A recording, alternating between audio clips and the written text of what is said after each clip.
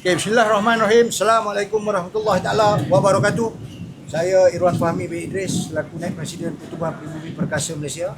Alhamdulillah, cukup kita buat program pada hari ini.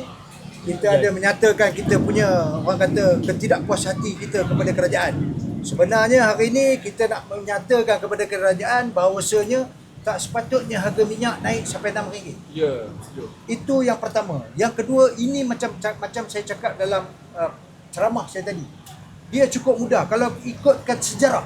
Kalau ikutkan sejarah pada tahun 2008, crude oil ni ataupun minyak ni dia pernah mencapai sehingga 147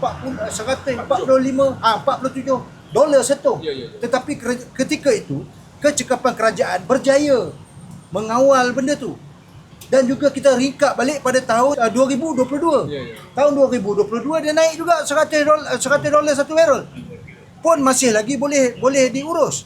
Sekarang ni bayangkan dalam masa yang sama minyak stok lama. Sebab macam mana saya cakap minyak stok lama? Sebab Datuk Seri Anwar Ibrahim dia menyatakan hari tu, dia kata minyak kita cukup sampai bulan Mac, lebih kurang macam itulah. Jadi kalau ikutkan ini minyak stok lama. Bulan Mei. Bulan Mei. Jadi kalau ikutkan masa dia beli itu adalah ikut harga lama. Mengapa kerajaan mengambil kesempatan untuk menaikkan harga minyak? Dan lagi sekali saya nak terangkan kepada ni, apakah kita lihat sekarang ni macam mana pengiraan kerajaan? Kenapa tidak bagi tahu kepada rakyat macam mana dia boleh dapat RM6 sen? Sedangkan dalam masa yang sama, kalau ikutlah 100 dolar satu barrel pun, harga minyak tidak boleh melebihi daripada RM5 1 liter.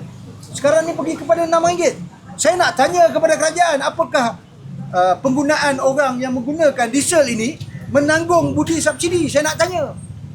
Apakah perkara ini sebenarnya yang menanggung adalah rakyat juga?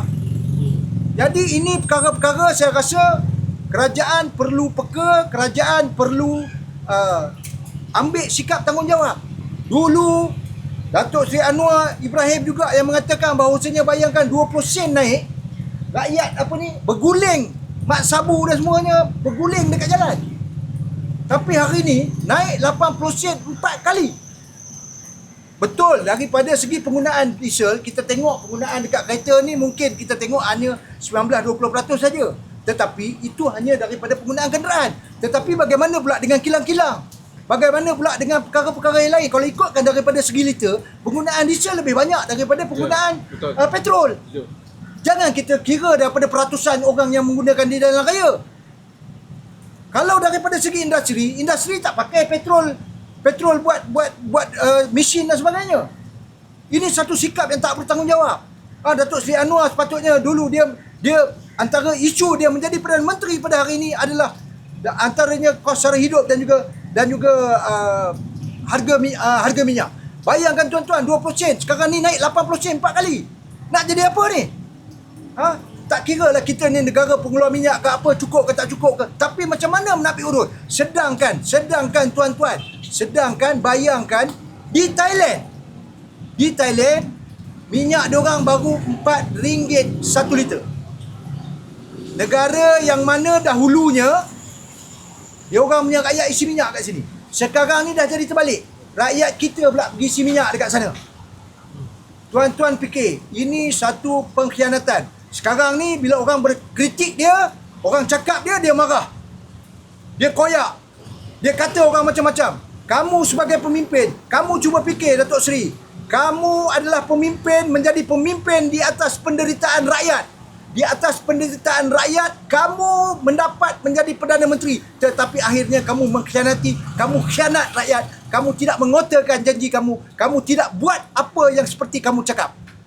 Jadi kita dekat sini, gerakan ini akan kita teruskan. Seperti macam mana Datuk Presiden Datuk Ibrahim Ali cakap tadi, kita akan roadshow ke negeri-negeri dan memastikan pilihan raya yang akan datang ni, kerajaan yang zalim ini tumbang. Lagi satu saya nak beritahu, daripada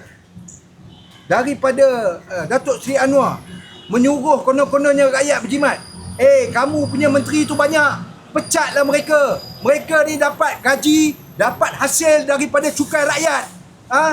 Yang ada apa yang ada menteri besar-besar buat apa? Ha? Isu orang mabuk pun Anthony Loke tak boleh nak selesaikan. Cerita terbaru sekarang ni saya dengar apa cerita orang Singapura pula. Lesen Singapura pula dah boleh apply budi 95. Ini salah satu pengkhianatan. Inilah pengkhianat sebenarnya di dalam negara ni. Dia mengkhianat bukan sahaja orang Melayu, tetapi dia mengkhianati orang Malaysia, iaitu dalam tu ada orang Melayu, Cina dan juga orang India. Sekian lebih kurang itu saya nak bagi tahu. Kita perlu menolak pemimpin yang munafik, tidak mengutarakan janji. Sekian, terima kasih.